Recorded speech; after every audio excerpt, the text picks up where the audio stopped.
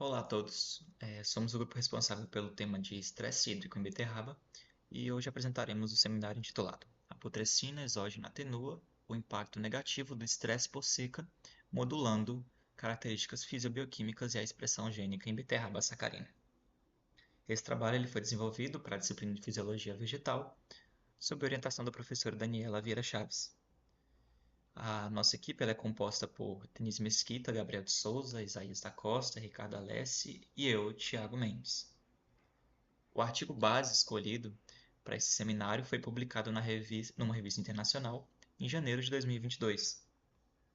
Cumprindo os requisitos de atualidade e de relevância científica, Qualis A1, o estudo ele vai investigar como a aplicação externa de putrescina ele pode ajudar plantas de beterraba a sobreviverem à seca, que é um tema urgente para a agricultura mundial.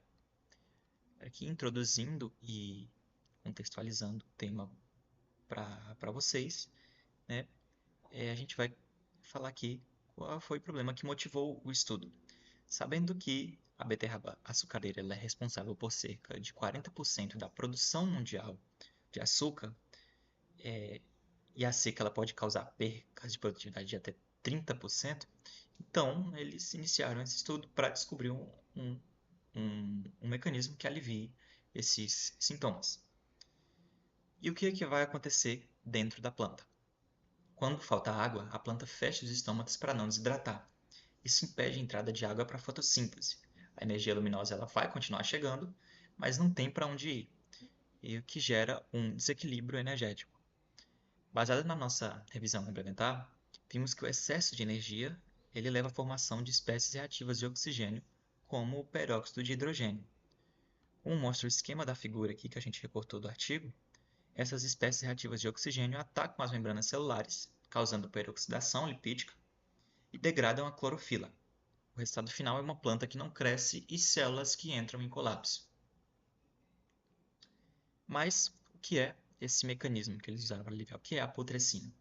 Para enfrentar o problema da seca, né, o artigo ele propõe o uso da putrescina, que ela vai ser uma poliamina. As poliaminas elas são moléculas de baixo peso molecular que estão presentes em praticamente todos os organismos vivos. A putrescina ela é a mais simples delas, né? Ela é uma diamina, mas ela é fundamental porque serve de precursora para outras poliaminas maiores, como a espermidina. O segredo da putrescina ela vai estar aqui, né, na sua natureza policatiônica. O que isso vai significar? Que no pH fisiológico elas carregam cargas positivas. E como a maioria das estruturas da célula, DNA, RNA e fosfolipídio, tem carga negativa, a putrescina ela vai agir como uma cola eletrostática e ela vai se ligar fisicamente a essas estruturas, estabilizando e impedindo que elas se desintegrem sob estresse severo. Olhando para o esquema à direita, aqui, que a gente extraiu da revisão bibliográfica, vemos as múltiplas funções da putrescina sob condições adversas. Aqui temos a osmorregulação, que ela ajuda a célula a manter o equilíbrio de água e de íons, essencial para quando o solo está seco. Segundamente, a varredura de espécies reativas de oxigênio, que ela vai atuar diretamente neutralizando os radicais livres antes que eles destruam a célula. E terceiro, a regulação de canais iônicos. Com o apoio da nossa bibliografia complementar, né, eles mostraram que as poliaminas elas regulam alguns canais de potássio na membrana, regulam os canais de potássio na membrana. E isso é crucial para controlar a abertura e o fechamento dos estômatos e evitar que ocorra a perca de água.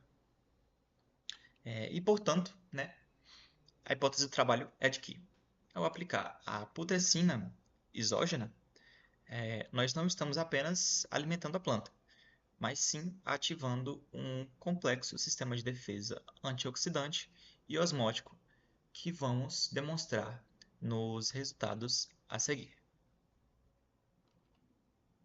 Olá, falar agora como o trabalho foi executado. Bom, os autores tiveram cuidado de escolher dois tipos de genótipo diferentes da beterraba. O SBT 010 e o BSRI 02 ou 2. Por que eles escolheram dois? Bom, Eles escolheram dois, principalmente para obter resultados distintos de cada tipo de genótipo. Bom, essas plantas, elas foram cultivadas, observadas, numa casa de vegetação bastante controlada. Nos primeiros 30 dias das plantas, elas foram bem cultivadas, recebendo água, nutrientes, tudo certinho. Logo após esses 30 dias, foi separado em dois tipos de grupos diferentes: o controlado e o seco. O controlado, ele continuou recebendo água em 90% da capacidade do solo, e o seco, a irrigação foi cortada para 30%, simulando um estresse hídrico severo. Bom, após 10 dias, no seco, foi aplicado a putrescina via foliar, que é via spray. Que essa putrescina, ela é em três tipos. Foi em três tipos de dose: 0,3, 0,6 e 0,9 milimolar. Por que foi nesses três? Que era para saber em qual dos três era a melhor dose, quantidade de dosagem para o resgate dessa planta, que foi avaliado também nos próximos 10 dias seguintes.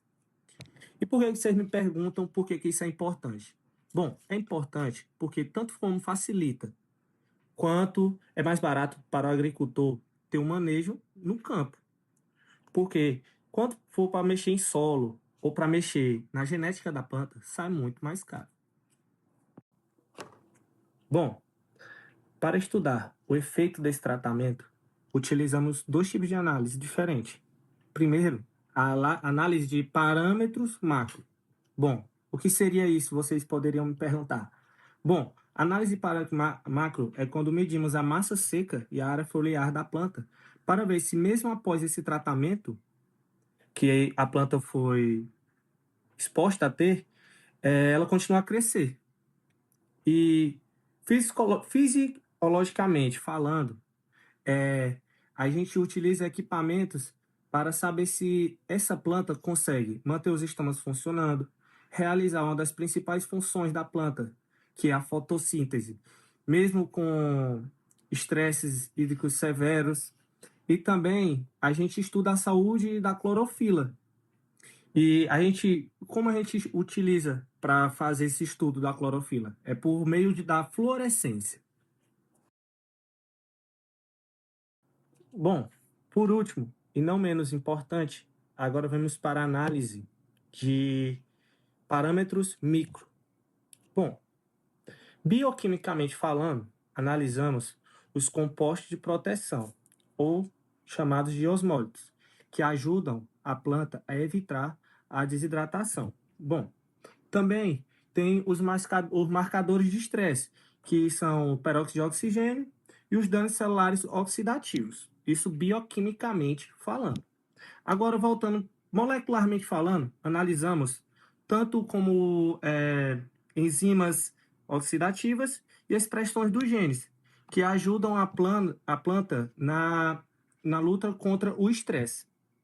Isso tudo vai indicar se ativou o nível de proteção mais profundo da planta, que se chama o DNA. Bom, por último, mas não menos importante, aqui podemos ver que a seca ela reduz o tamanho, a taxa de crescimento da planta. Porém, a putrescina ela recuperou a massa seca e também a taxa de crescimento da planta. Aqui na tabela 2, podemos ver se o tratamento realmente funcionou. No efeito da seca, podemos ver aqui na linha Drought que a seca ela diminui a taxa de crescimento.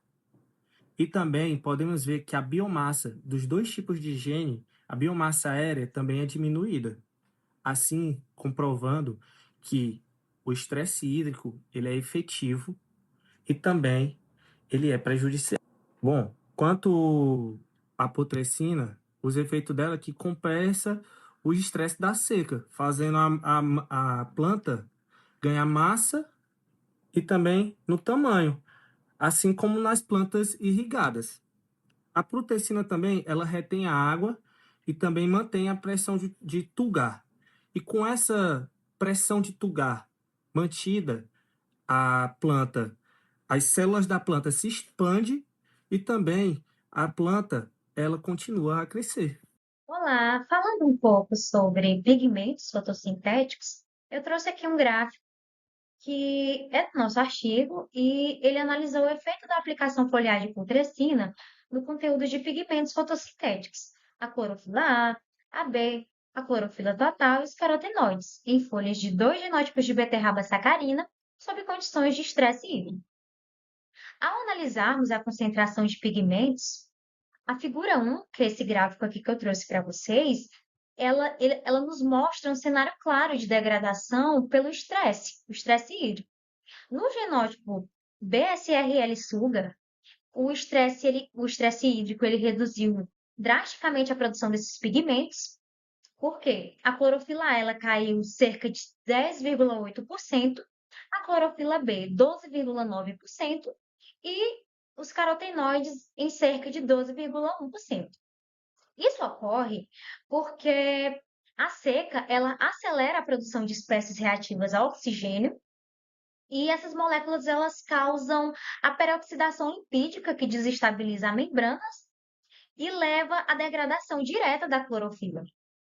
Aqui nós também podemos observar o efeito protetor do tratamento. A aplicação de uma dose de 0,3 milímetros de putrescina, que foi a dose mais eficaz, ela não apenas freou essa degradação, como também promoveu recuperação nesses pigmentos.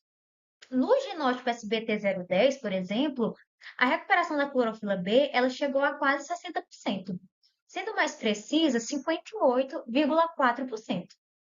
Isso sugere, gente, um mecanismo onde a putrescina ela se liga ao complexo clorofila-proteína nos tilacoides e estabiliza as membranas contra o ataque oxidativo. Isso garante a manutenção e a captação de luz e, assim, não atrapalha a fotossíntese. Bom, avançando aqui para a cinética de fluorescência, que nos dá um diagnóstico da atividade fotoquímica do fotossistema 2, a gente pode observar através dos dados dessa tabela que a seca ela reduziu drasticamente a eficiência quântica máxima e o índice de desempenho em ambos os genótipos. Essa queda, ela indica que os centros de reação do fotossistema 2, eles sofreram danos por superexcitação. Com a seca, a planta ela não consegue dissipar a energia luminosa adequadamente, gerando uma fotoinibição. A energia que deveria ser usada para a fotossíntese, ela acaba se dissipando em forma de calor e gerando mais estresse para a planta. Contudo, a aplicação de 0,3 milímetros de putrescina, com essa aplicação a gente teve o revertimento desse quadro. Por quê? Porque aumentou significativamente o FV e o FM, e isso é crucial, né? Porque, como é citado em estudos com citros, com arroz, a manutenção de uma alta FV e FM sob estresse é um indicador clássico de tolerância.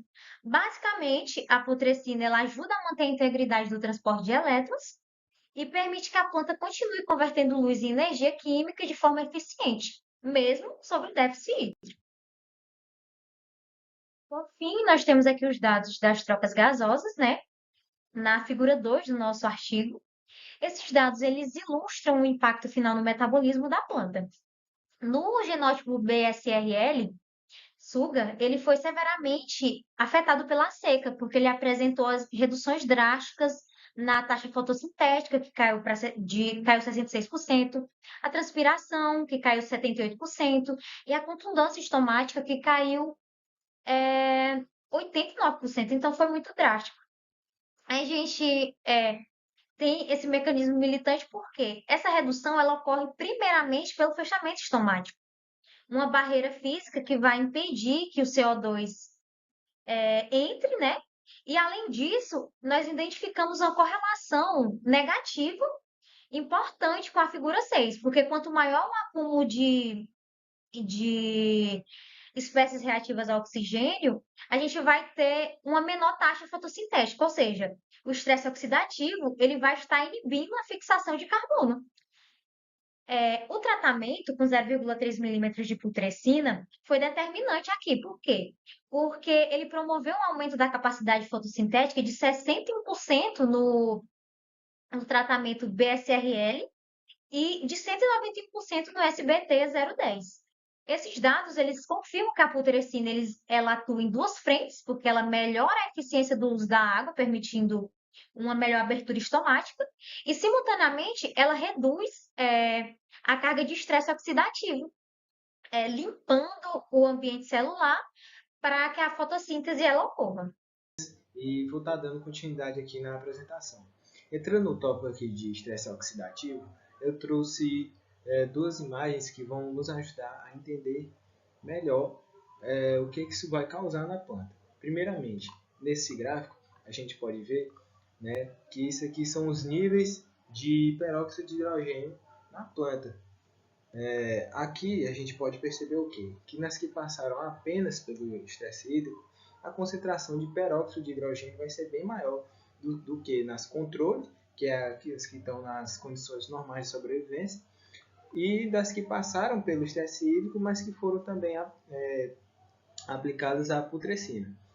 Agora, na imagem de baixo, a gente pode ver, né, as plantas, onde aqui a gente pode ver a que passou apenas pelo estresse hídrico, ela está murcha, tem umas folhas aqui que estão até caídas, e diferente, né, das outras que passaram também por esse estresse hídrico, mas que foram, né, aplicadas à putrescina, onde conforme a dose vai aumentando, as plantas conseguem se manter mais saudáveis, né, apesar de estarem passando por esse estresse hídrico.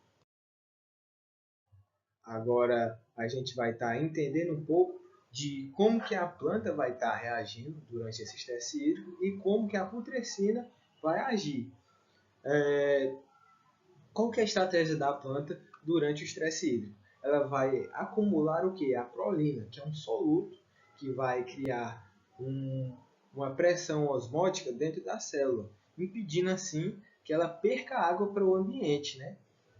E o que a putrescina vai entrar? Como que ela vai ter esse efeito sobre a prolina? Ela vai incentivar, né, a sua própria produção das células da planta, impedindo assim que mais água ainda seja perdida.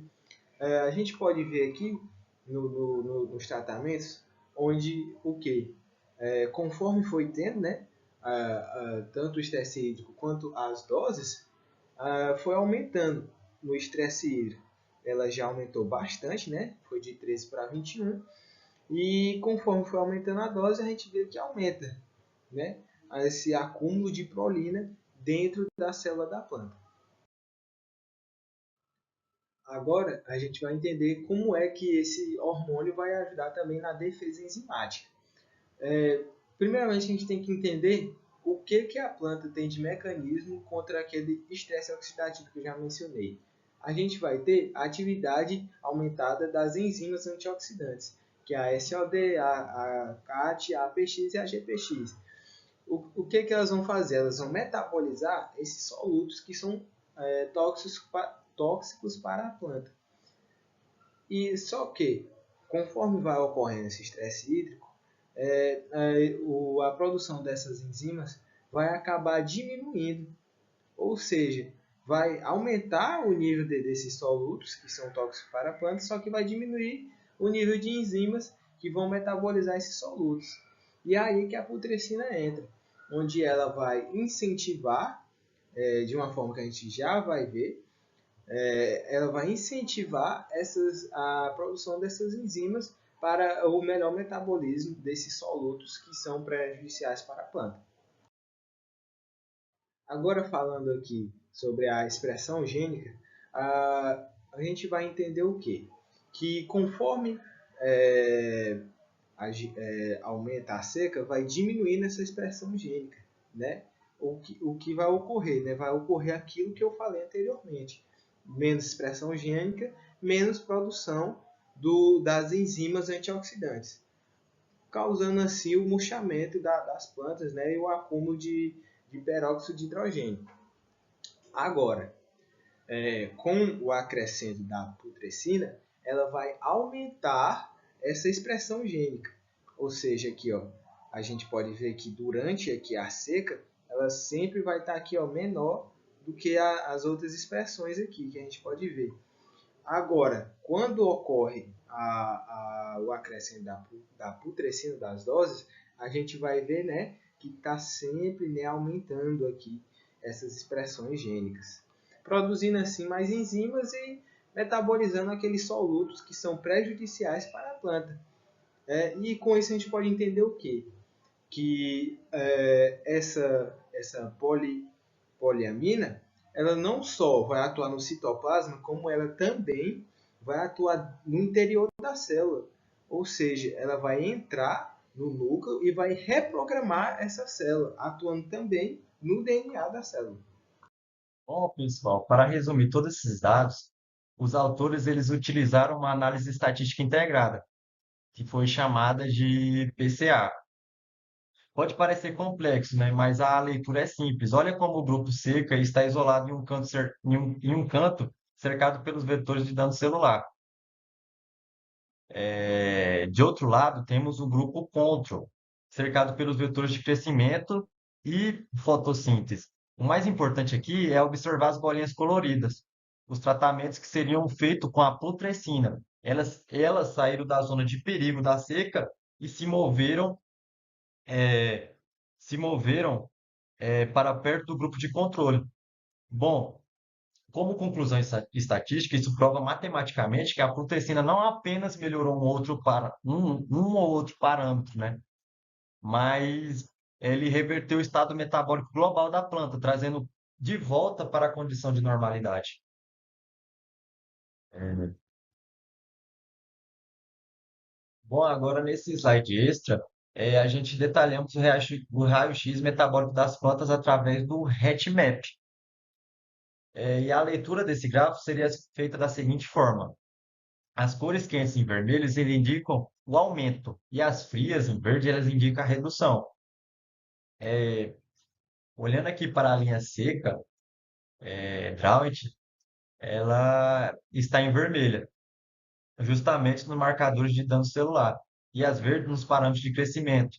Isso é o retrato do estresse.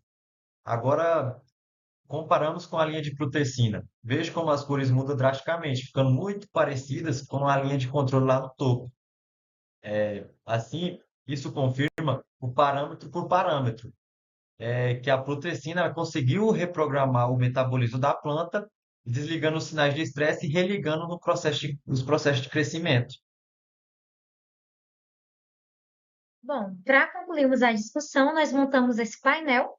Esse painel ele integra todos os nossos resultados com a literatura mais recente sobre poliaminas. E no centro a gente tem a figura 7. Nós vemos o resumo do nosso trabalho. A seca que está em laranja, ela gera espécies reativas ao oxigênio. Essas espécies, elas destroem a clorofila e as membranas. E em verde, nós temos que, ao aplicarmos a putrescina, que está em verde, como eu já citei, nós ativamos o sistema antioxidante e o osmótico, que vai bloquear o dano. Mas como que a putrescina ela faz isso molecularmente? Ela faz nos estômagos, né? Baseado no diagrama do livro de apoio que nós usamos, a putrescina exógena ela interage diretamente com os canais de potássio na membrana das células guardas. Isso permitiu o controle fino da transpiração, evitando a perda excessiva de água, como a gente viu no slide 11. Ela também faz isso na energia. De acordo com o nosso material complementar, as poliaminas elas atuam dentro dos cloroplastos como os tampões químicos. Elas otimizam a força protomotriz. O gráfico que a gente tem aqui, ele mostra que os níveis adequados de poliaminas, eles maximizam a produção de ATP. Isso vai explicar por que nossas plantas tratadas, elas conseguiram manter o crescimento mesmo sob estresse. Isso aconteceu por quê? Porque elas tinham mais energia disponível para reparo e para manutenção. Bom, agora aqui a gente vai tocar sobre as conclusões e as considerações. Falando um pouco primeiro sobre as conclusões que os autores tiveram. Bom, primeiro foi sobre o impacto da seca. Para concluir, o estudo ele demonstrou que a seca induz um estresse oxidativo severo que paralisa a planta, né? No entanto, a aplicação de fluoreado de proteína provou ser uma estratégia muito mitigadora e eficiente. Ela atua reduzindo a carga de radicais livres e, assim, protegendo a integridade das membranas. O mecanismo central identificado foi a ativação coordenada do sistema antioxidante enzimático e o acúmulo de osmólitos. Assim, isso permitiu que a planta mantivesse seus pigmentos e água sustentando a fotossíntese. A conclusão prática dos autores é que a dose 0,3 de proteína é suficiente e eficaz para conferir a tolerância da seca da beterraba, recuperando o crescimento e a sua produção de biomassa, né? Bom, aqui seria, a gente trouxe as considerações finais e como relevância, a seca é um dos maiores gargalos da agricultura atual, que é o que vem limitando a nossa produção aqui na nossa região, no Mato Piba, tanto como no Brasil inteiro. Tocando em praticidade, a aplicação via foliar ela é mais barata e também mais fácil de implementar no campo. Ela melhora muito o mecanismo ali no seu manejo, da agricultura, da sua lavoura ali, você fazer uma aplicação via foliar. Aqui também um ponto importante seria a viabilidade econômica, pois mesmo em baixas doses, de proteína, elas acabam funcionando ali na planta. Por exemplo, aqui, no nosso caso, foi utilizada uma dose de 0,3. Ou seja, você aplicando em baixas doses, você vai reduzir o custo para o produtor, que seria o que o produtor busca hoje em dia, que é produzir cada vez mais com baixo custo. Em perspectiva, esse uso da proteína ela pode ser utilizada em outras culturas, né, de interesse econômico, em regiões similares. Por exemplo, aqui no Brasil.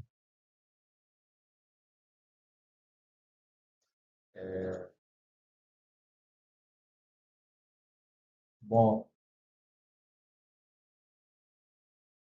aqui são as nossas referências e o demais seria isso. Espero que vocês tenham entendido a nossa apresentação e muito obrigado pela atenção.